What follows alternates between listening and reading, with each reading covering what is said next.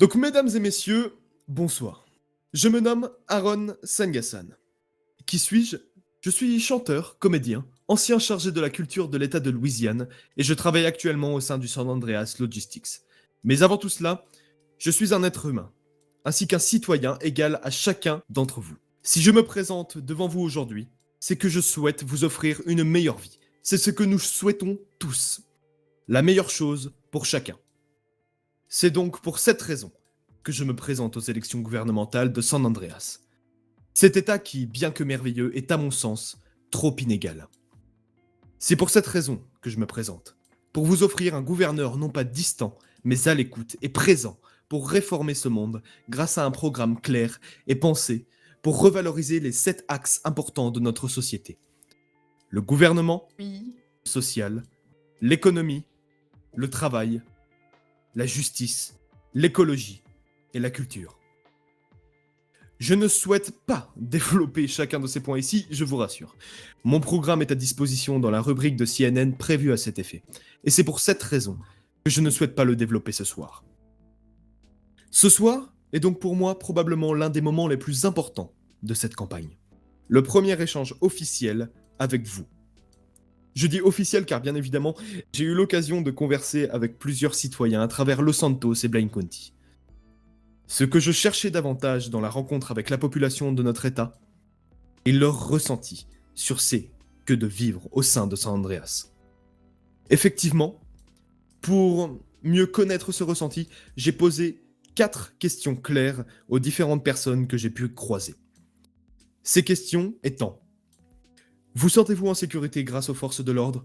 Vous sentez-vous en sécurité au sein de San Andreas?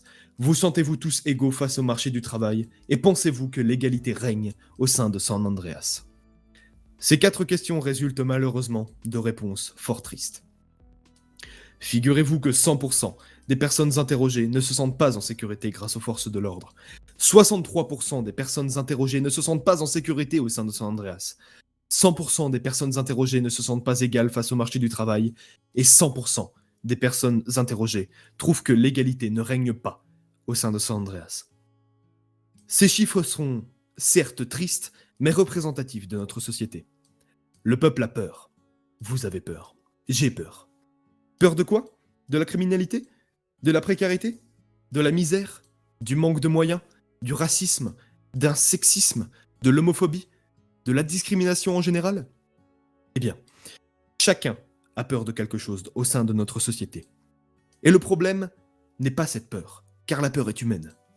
Le problème est ce qui cause cette peur. Par exemple, une personne se sentant insécure aura tendance à se plaindre de la hausse de criminalité. Or, nous ne pensons pas assez aux causes de cette hausse. Les jeunes défavorisés tournent leur avenir vers ce qui leur paraît le plus simple, car ils n'ont d'autre moyen de se hausser dans la société. Et ce moyen, même si cela est triste, est l'illégalité. C'est un constat triste, mais bien réel. Et ce problème engendre le manque de moyens de la police, des manifestations qui dégénèrent, le LSPD et la BCSO désemparés. Chaque problème en cause un autre. C'est le principe de l'effet papillon. L'État, la police et le peuple doivent tous vivre en parfaite cohésion. Et c'est pour cette raison que le gouvernement se doit de faire changer les choses, car gouverneur n'est pas un emploi, mais une mission, un devoir. Effectivement, le gouvernement se doit de trouver des solutions à chaque cause, de chaque peur, de chaque citoyen de San Andreas. Pour que chaque personne, qu'elle soit noire, blanche, mexicaine, que ce soit un homme ou une femme, homosexuel ou hétérosexuel, pour que tous soient égaux devant la loi, la santé ou le travail. Tenez, le travail par exemple. Du latin tripalium, un instrument de torture. C'est une étymologie effectivement peu joyeuse, nous pouvons le dire. Cependant, je souhaite éradiquer le souvenir de cette étymologie. Je veux que le marché du travail de San Andreas rime avec progrès et confort. Comment? En trouvant des solutions. En l'occurrence, par exemple, une mise en relation constante entre l'État et les entreprises, la mise en place de psychologues du travail, des subventions fournies sur demande aux employeurs, des allocations pour les personnes en recherche d'emploi, ou encore la création du département du travail, etc., etc. J'ai des solutions multiples pour chaque problématique de notre société, car c'est le travail du gouverneur trouver des solutions. Comment financer ces solutions que vous pourrez penser utopiques?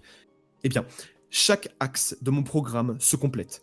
Nous trouverons une solution à la fois lucrative et utile pour un point qui permettra de solutionner un problème dans un autre point. La société est une machine dont chaque engrenage doit tourner dans le même sens. Sinon, le mécanisme se brise. Ce programme que je vous invite à découvrir ou à redécouvrir a été pensé de manière optimale pour lutter contre la précarité, les inégalités, la criminalité et chaque problème inhérent à notre société. Je viens de parler du travail, mais cela s'applique à chacun des points présentés, qui sont aussi les aspects de notre société. Le gouvernement, le social, l'économie, le travail, la justice, l'écologie et la culture.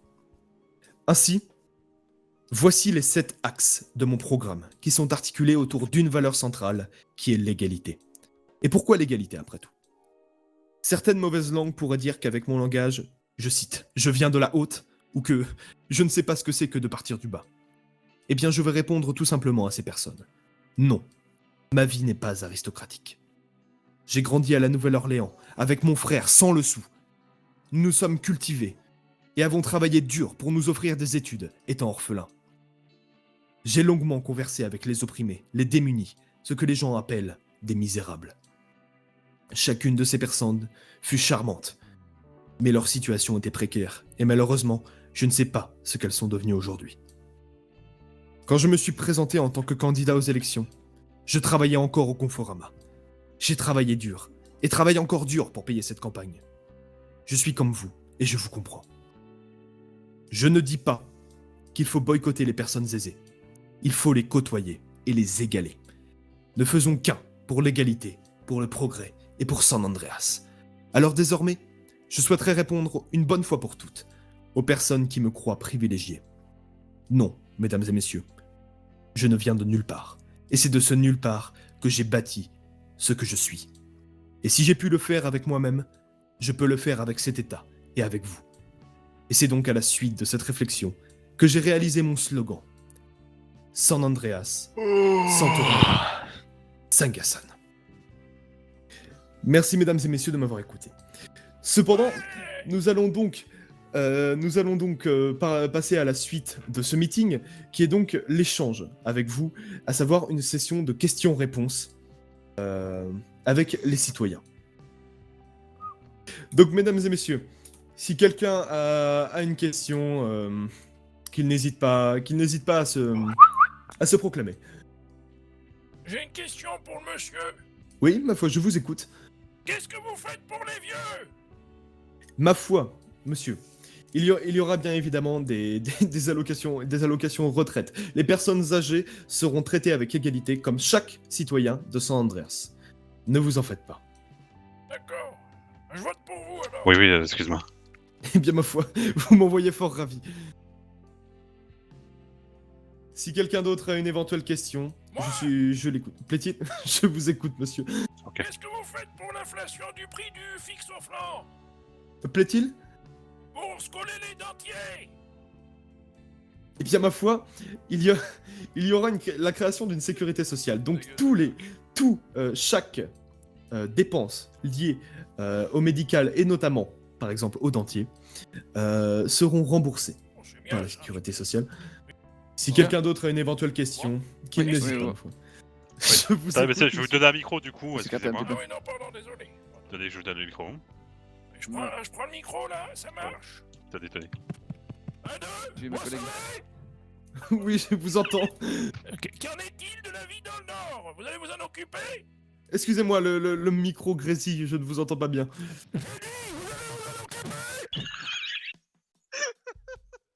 Je crains que le micro soit quelque peu défectueux. Oh pardon, excusez-moi. J'ai dit, est-ce que vous allez vous occuper de la vie dans le Nord? Pardon. Bien évidemment, l'État de San Andreas regroupe Blaine County et Los Santos. Bien évidemment, ces deux comtés doivent cohabiter en parfaite harmonie sans qu'il y en ait un derrière l'autre ou l'autre devant. Mais évidemment, Blaine County est bien évidemment trop souvent oublié par les gens et je souhaite éradiquer ce constat. Très bien, je suis fier de vous, hein. Bravo. Ma foi, merci bien, monsieur. D'accord.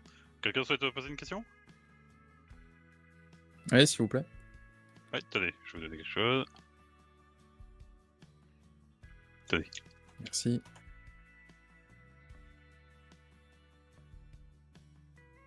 Bonsoir. Bonsoir, monsieur. Bonsoir, Aaron Davis. Je suis responsable de la concession Luxury Cars. Très bien. En tant qu'entrepreneur et auto-entrepreneur avec mes collègues, nous avons toutes les semaines, et comme mes confrères entrepreneurs également, nous devons payer un impôt évidemment sur nos revenus. Est-ce que cet impôt, vous comptez le changer, l'augmenter, le diminuer? Qu'en est-il à ce niveau-là? Les impôts étant une dominante très controversée au sein de notre société, seront minutieusement analysés. Donc le budget gouvernemental chaque semaine sera revu à la lettre grâce à tous les membres du gouvernement. Et donc cet impôt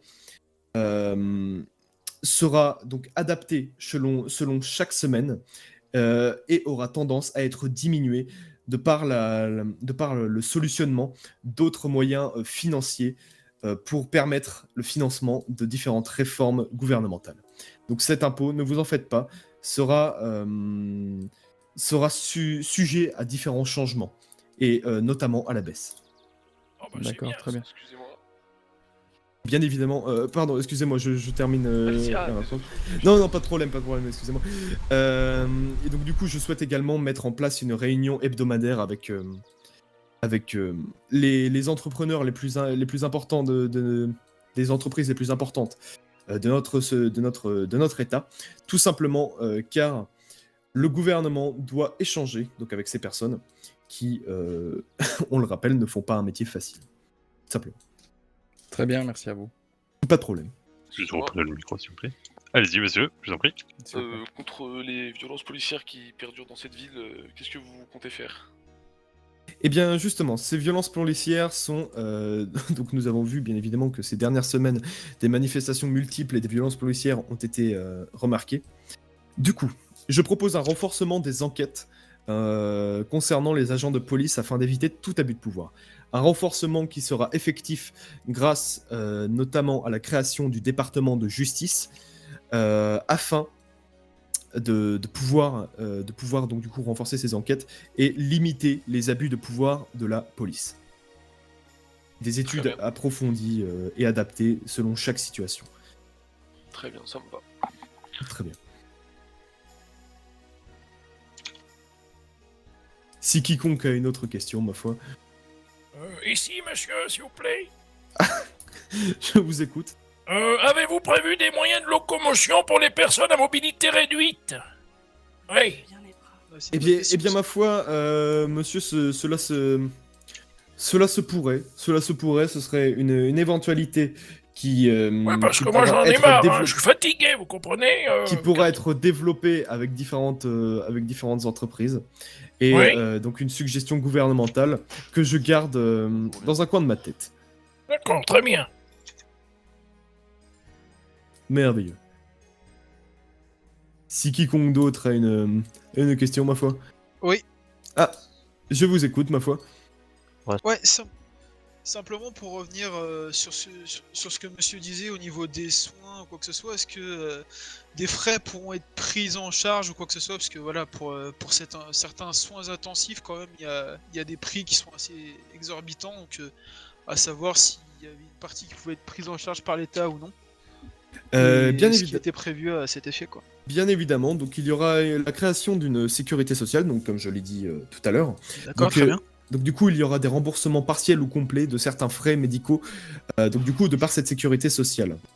Et donc du coup, c'est économiquement parlant, tous ces remboursements seront vus par des bilans hebdomadaires entre les directeurs des hôpitaux, le secrétaire du département de la santé et le gouverneur. Ok, C'est- très bien. c'est pour ça. Pas de problème. Merci de votre réponse.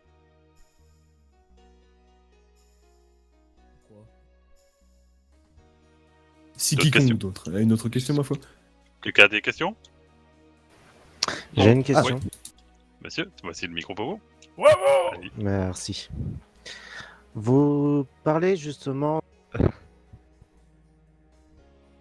Monsieur? Oui, vous parliez justement de faire des réunions hebdomadaires avec les plus grosses entreprises. Mais vous parlez aussi d'égalité. Donc ça veut dire qu'il n'y aurait pas les petites entreprises durant ces réunions? Ça ne les met pas de côté justement? Non, justement. Ce que je veux dire par des réunions avec les plus grosses entreprises, ce sont les entreprises qui servent au maximum. Justement, il y aura une mise en relation constante avec chaque entreprise. Des réunions seront plus fréquentes selon l'entreprise, parce que bien évidemment, il ne faut pas se leurrer. Il y a des entreprises qui dominent le marché, et donc du coup, ces entreprises seront bien évidemment à surveiller. Mais les petites entreprises, les auto-entrepreneurs, les petits entrepreneurs ne seront bien évidemment pas oubliés, cela va de soi. Il y aura une mise en relation constante entre l'État et chacune des entreprises, grosses ou petites, et donc du coup, l'égalité sera respectée sur ce point. Ne vous en faites pas.